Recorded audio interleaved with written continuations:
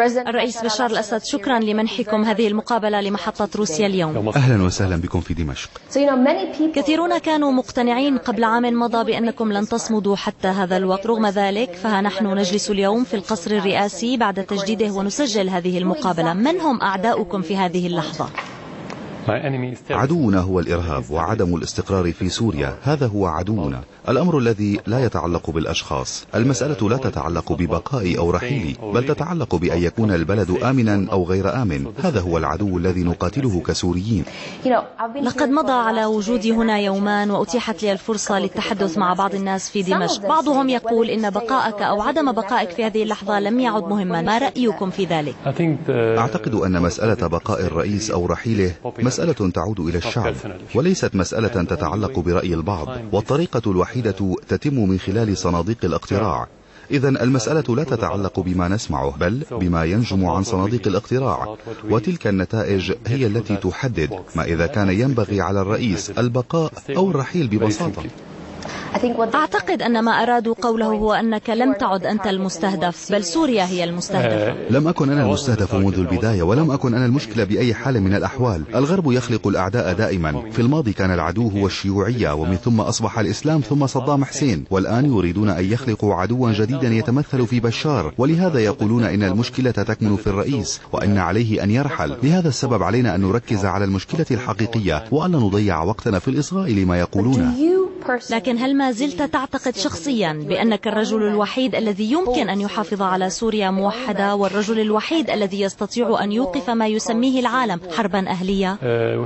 علينا أن ننظر إلى المسألة من منظورين. المنظور الأول هو الدستور، وأنا أتمتع بسلطاتي بموجب الدستور وطبقا للدستور، ولهذه السلطات ينبغي أن أكون قادرا على حل هذه المشكلة. لكن إذا كنت تقصدين أنه ليس هناك سوري آخر يمكن أن يصبح رئيسا، فالجواب هو لا. فأي سوري يمكن أن يكون رئيسا للبلاد؟ هناك العديد من السوريين المؤهلين لهذا المنصب. لا يمكن ربط البلد بأسره بشخص واحد فقط وبشكل دائم. لكنك تقاتل من أجل بلادك. هل تعتقد أنك الرجل الذي يستطيع إنهاء هذا الصراع واستعادة السلام؟ واجبي أن أكون هذا الرجل، واجبي أن أكون الرجل الذي يستطيع فعل ذلك، وآمل أن أتمكن من ذلك. لكن المسألة لا تتعلق بصلاحيات الرئيس، بل بالمجتمع بأسره. ينبغي أن نكون دقيقين في هذا الصدد. لا يستطيع الرئيس فعل شيء دون المؤسسات ودون الدعم الشعبي. لذلك فإن المعركة هنا ليست معركة الرئيس، إنها معركة السوريين.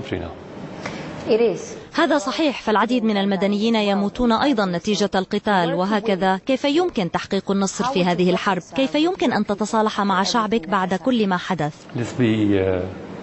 مرة أخرى علينا أن نكون أكثر دقة.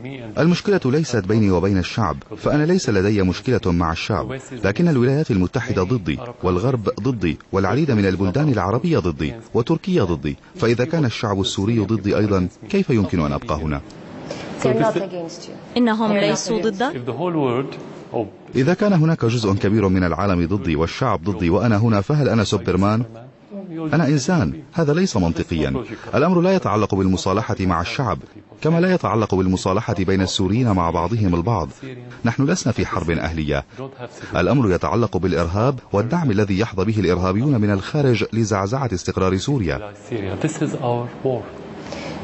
ما زلت تعتقد أنها ليست حربا أهلية؟ أقول هذا لأني أعرف أن الجميع يعتقد بأن هناك عمليات إرهابية في سوريا، كما أن هناك صراعا على أساس طائفي. وجميعنا سمعنا حكاية الأم التي لديها ابنان، واحد يقاتل مع قوات الحكومة والآخر مع قوات المعارضة. كيف لا تكون هذه حربا أهلية؟ هناك انقسامات، لكن الانقسامات لا تعني حربا أهلية. هذا أمر مختلف تماما. فالحرب الأهلية ينبغي أن تكون على أساس مشكلات عرقية أو مشاكل طائفية. قد يكون هناك في بعض الأحيان توترات عرقية أو طائفية، لكن هذا لا يجعل منها مشكلة. إذا كان هناك انقسام في العائلة الواحدة أو في قبيلة أكبر أو في مدينة واحدة، فهذا لا يعني أن هناك حربا أهلية. ما يحدث أمر مختلف تماما، وهذا طبيعي، وعلينا أن نتوقع ذلك.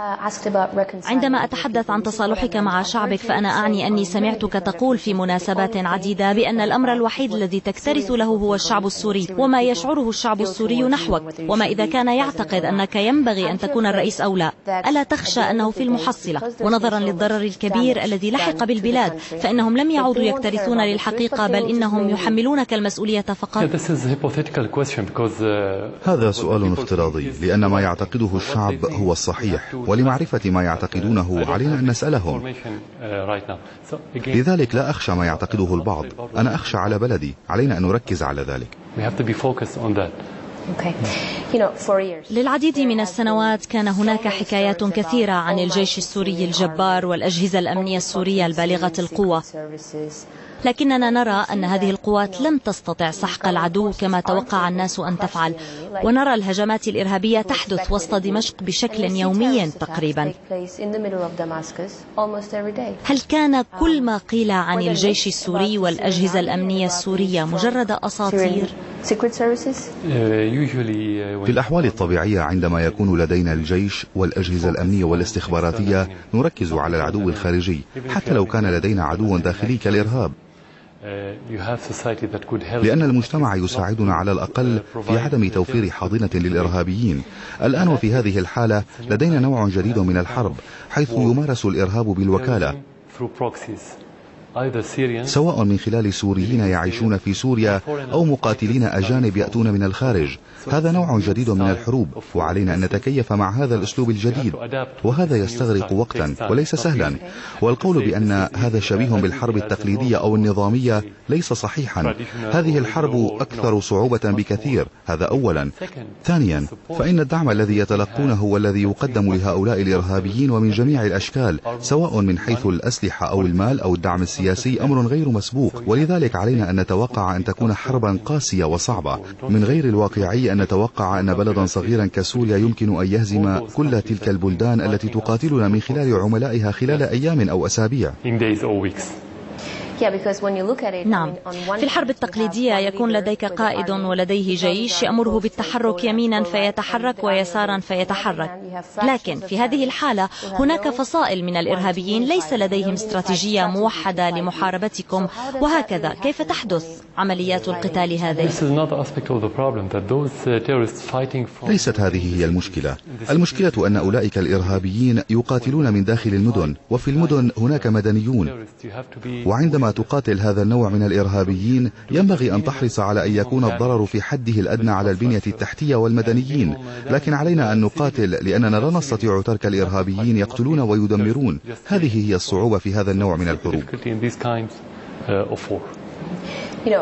لقد لحق الضرر بالبنية التحتية للبلاد والبنية التحتية للجيش وبالاقتصاد، ويبدو كما لو أن سوريا ستتحلل قريبا، ويبدو أن الوقت يعمل ضدك. في رأيكم ما الوقت الذي تحتاجونه لسحق عدوكم؟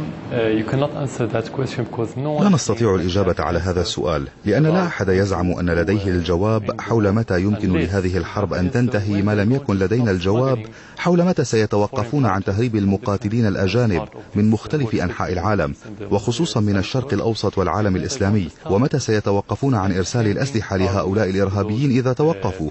وهنا أستطيع أن أجيب عن سؤالك. نستطيع أن ننهي كل شيء خلال أسابيع، ليس في الأمر مشكلة كبيرة، لكن طالما استمرت عمليات التزويد الإرهابيين والسلاح والمساعدات اللوجستية فإنها ستكون حربا طويلة. لديكم حوالي 4000 كيلومتر من الحدود التي تصعب السيطرة عليها، ولديكم عدو يستطيع أن يعبر الحدود إلى الأردن أو تركيا للتزود بالسلاح والحصول على الرعاية الطبية ثم يعود لمحاربتكم. كيف يمكنكم أن تنتصروا في مثل هذه الحرب؟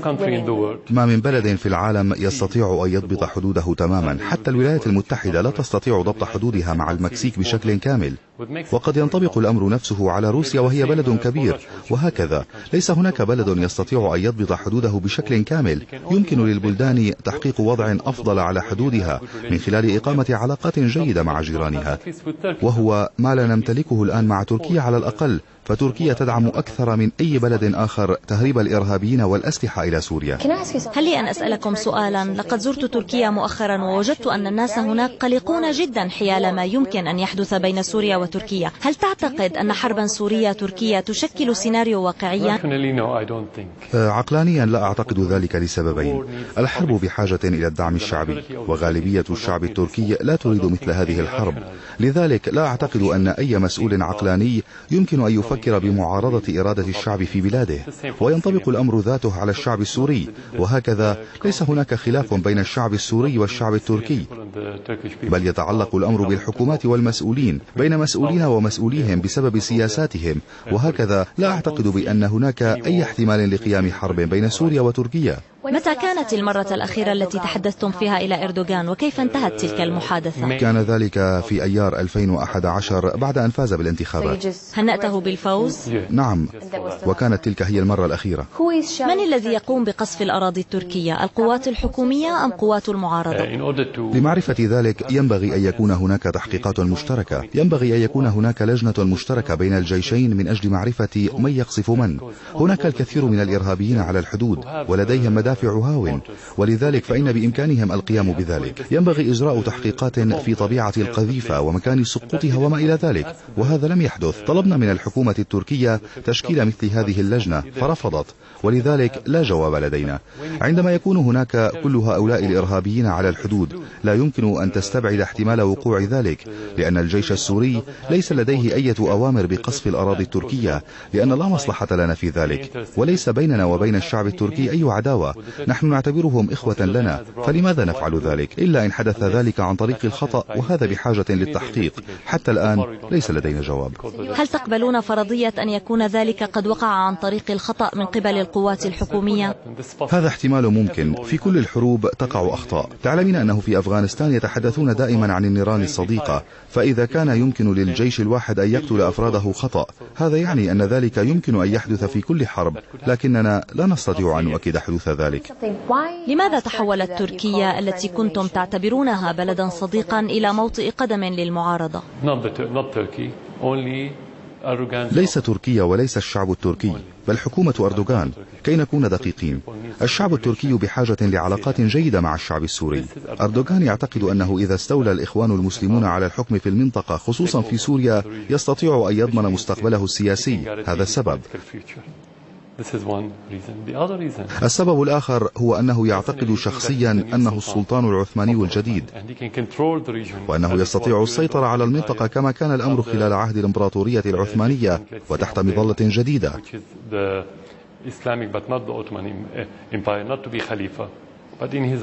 إنه يفكر في أعماقه بأنه خليفة. هذان هما السببان الرئيسيان لهذا التحول في سياساته من صفر مشاكل إلى صفر أصدقاء. لكن ليس الغرب وحده هو الذي يعارضكم في هذه المرحلة، حيث لديكم الكثير من الأعداء في العالم العربي. قبل عامين كان إذا سمع أحد باسمكم في العالم العربي فإنه يقف احتراما، أما الآن فقد خانوك عند أول فرصة أتيحت لهم. لماذا لك كل هؤلاء الأعداء في العالم العربي؟ إنهم ليسوا أعداء. غالبية الحكومات العربية تدعم سوريا ضمنيا، لكنهم لا يجرؤون على قول ذلك علانية. لماذا؟ لأنهم يتعرضون لضغوط من الغرب ومن البترودولارات. من يؤيدكم في العالم العربي؟ العديد من البلدان تؤيدنا ضمنيا، لكنها لا تجرؤ على التصريح بذلك علنا.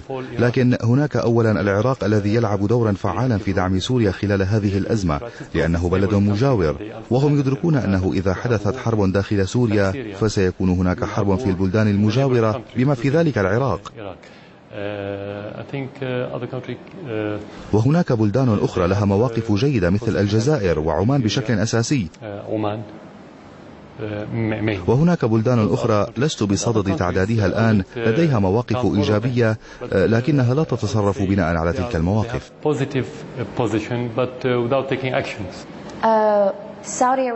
لماذا هذا الإصرار على تنحيك من قبل السعودية وقطر، وكيف يمكن لزعزعة الاستقرار في الشرق الأوسط أن يخدم أجنداتهما؟ بصراحة لا أستطيع أن أجيب نيابة عنهم. عليهم أن يجيبوا على هذا السؤال، لكن ما أستطيع قوله هو أن المشكلة بين سوريا والعديد من البلدان سواء في العالم العربي أو في المنطقة أو في الغرب هي أننا نقول لا عندما نعتقد أن علينا أن نقول لا. تلك هي المشكلة.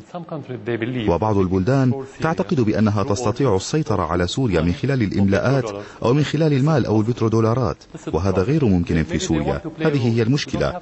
ربما يريدون أن يلعبوا دورا، ليس لدينا مشكلة في ذلك. يستطيعون أن يلعبوا دورا سواء كانوا يستحقون ذلك أو لا، لكن ليس على حساب مصالحنا. هل يتعلق الأمر بالسيطرة على سوريا أم بتصدير رؤيتهم للإسلام إلى سوريا؟ لا تستطيعين القول إن ذلك سياسة حكومية في هذه البلدان.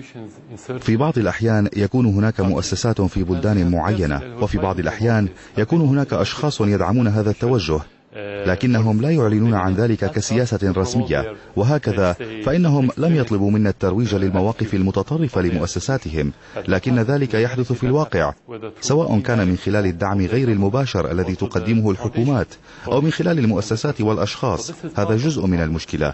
لكن عندما أتحدث كحكومة فإني أتحدث عن السياسة المعلنة، والسياسة المعلنة كأي سياسة أخرى تتعلق بالمصالح ولعب الأدوار، لكننا لا نستطيع أن نتجاهل ما ذكرته.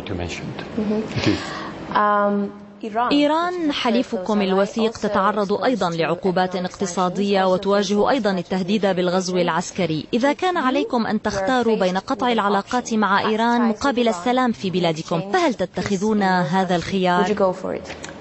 ليس لدينا خيارات متناقضة بهذا الشأن، والسبب هو أنه كان لدينا علاقات جيدة مع إيران منذ العام 1979 وحتى الآن، وعلاقتنا تتحسن باستمرار، لكننا في نفس الوقت نتحرك نحو السلام. كان لدينا عملية سلام ومفاوضات سلام، ولم تكن إيران عاملا ضد السلام. هذه معلومات مضللة يسعى الغرب لترويجها، وهي أننا إذا كنا نريد السلام فلا ينبغي أن يكون لدينا علاقات طيبة مع إيران. ليس هناك أي علاقة بين الأمرين، إنهما موضوعان مختلفان تماما.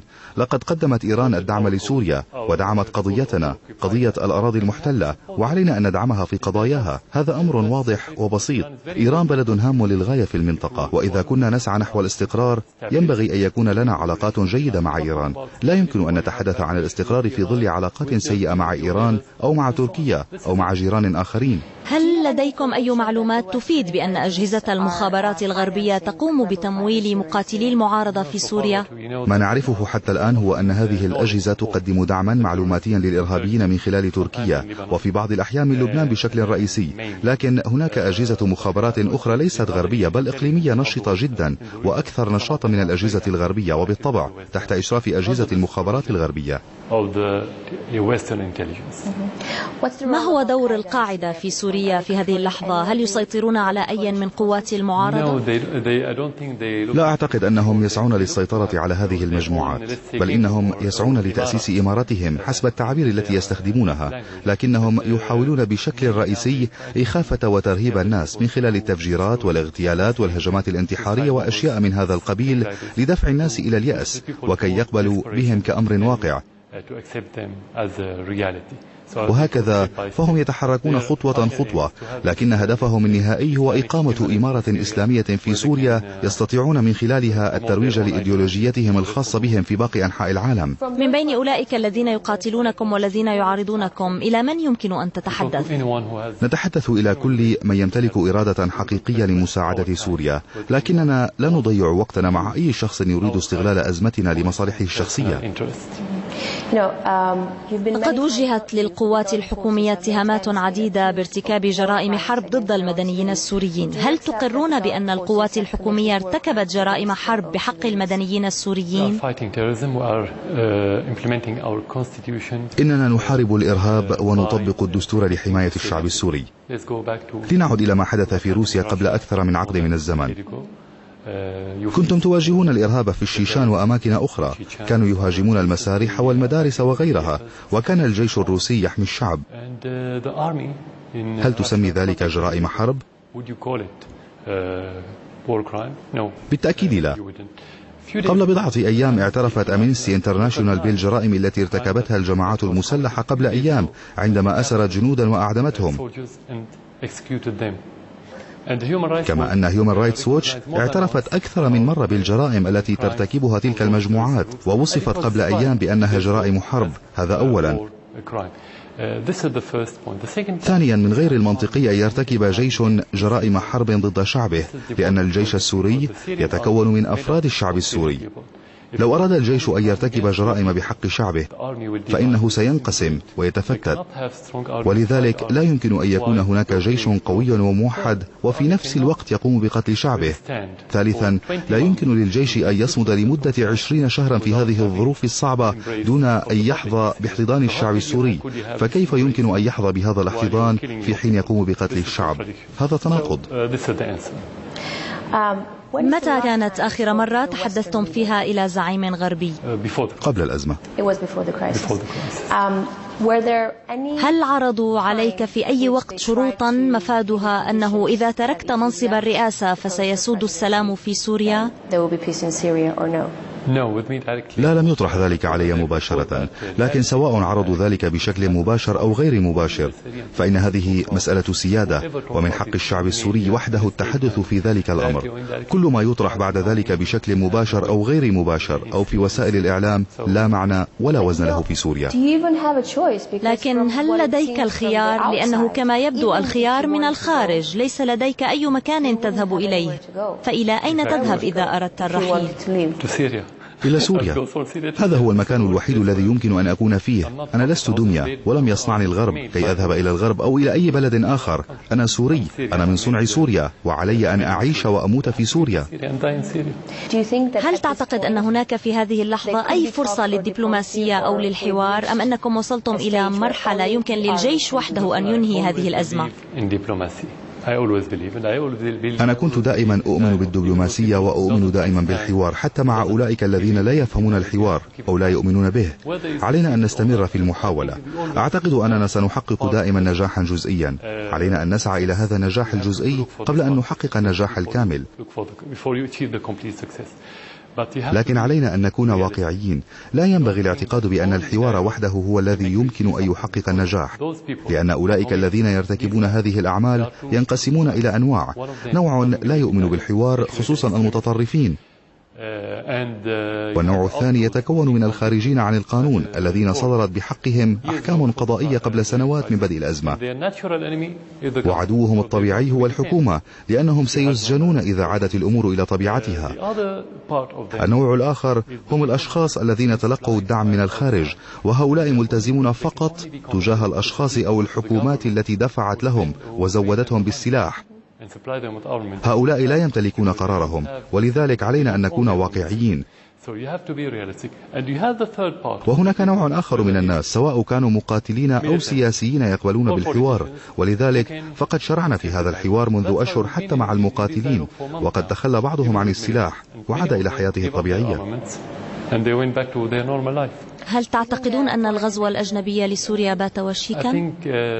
أعتقد أن كلفة مثل هذا الغزو لو حدث ستكون أكبر من أن يستطيع العالم بأسره تحملها، لأنه إذا كانت هناك مشاكل في سوريا، خصوصا وأننا المعقل الأخير للعلمانية والاستقرار والتعايش في المنطقة، فإن ذلك سيكون له أثر الدومينو الذي سيؤثر في العالم من المحيط الأطلسي إلى المحيط الهادي. وتعلمين تداعيات ذلك على باقي أنحاء العالم. لا أعتقد أن الغرب يمضي في هذا الاتجاه، لكن إذا فعلوا ذلك لا يمكن لأحد أن يتنبأ بما سيحدث بعده. سيادة الرئيس، هل تلوم نفسك على شيء؟ ينبغي عادة أن تجد أخطاء في كل قرار، وإلا فأنت لست بشر. ما هي أكبر أخطائك؟ بصراحة لا أذكر الآن، لكني قبل اتخاذ أي قرار أدرك بأن جزءا منه سيكون خاطئا، لكن لا يستطيع المرء أن يعرف أخطاءه الآن. في بعض الأحيان، خصوصا خلال الأزمات، لا تستطيع رؤية الصح من الخطأ إلى أن تتجاوز الأزمة، ولهذا لن أكون موضوعيا إذا تحدثت عن الأخطاء الآن، لأننا لازلنا في وسط هذه الظروف. إذن ليس هناك ما تأسف عليه؟ ليس الآن. عندما يتضح كل شيء يمكن أن نتحدث عن الأخطاء، ولا شك أن هناك أخطاء. لو كان اليوم هو 15 من آذار 2011 عندما بدأت الاحتجاجات بالتصاعد والتنامي، ما هي الأشياء التي كنت ستفعلها بشكل بشكل مختلف؟ كنت سأفعل ما فعلته في 15 من آذار. نفس الشيء؟ تماما. أطلب من الأطراف المختلفة الشروع في الحوار والوقوف في وجه الإرهابيين. هكذا بدأ الأمر. لم يبدأ بالمظاهرات، حيث كانت المظاهرات هي الغطاء، لكن داخل هذه المظاهرات كان هناك مقاتلون بدأوا بإطلاق النار على المدنيين وأفراد الجيش في نفس الوقت. ربما على المستوى التكتيكي كان يمكن القيام بشيء مختلف، لكن كرئيس للبلاد فأنا أتخذ القرار على المستوى الاستراتيجي، وهذا شيء مختلف. الرئيس الأسد، كيف ترى نفسك بعد 10 سنوات؟ أرى نفسي من خلال بلادي. لا أستطيع أن أرى نفسي، أستطيع أن أرى بلادي، أستطيع أن أرى نفسي من خلال بلادي. هل ترى نفسك في سوريا؟ بالتأكيد ينبغي أن أكون في سوريا. الأمر لا يتعلق بالمنصب، سواء كنت رئيسا أو غير ذلك، هذا ليس همي. أرى نفسي في هذا البلد، وأن يكون هذا البلد آمنا ومستقرا وأكثر رخاء. الرئيس بشار الأسد، شكرا لتحدثكم لروسيا اليوم. شكرا لقدومكم إلى سوريا.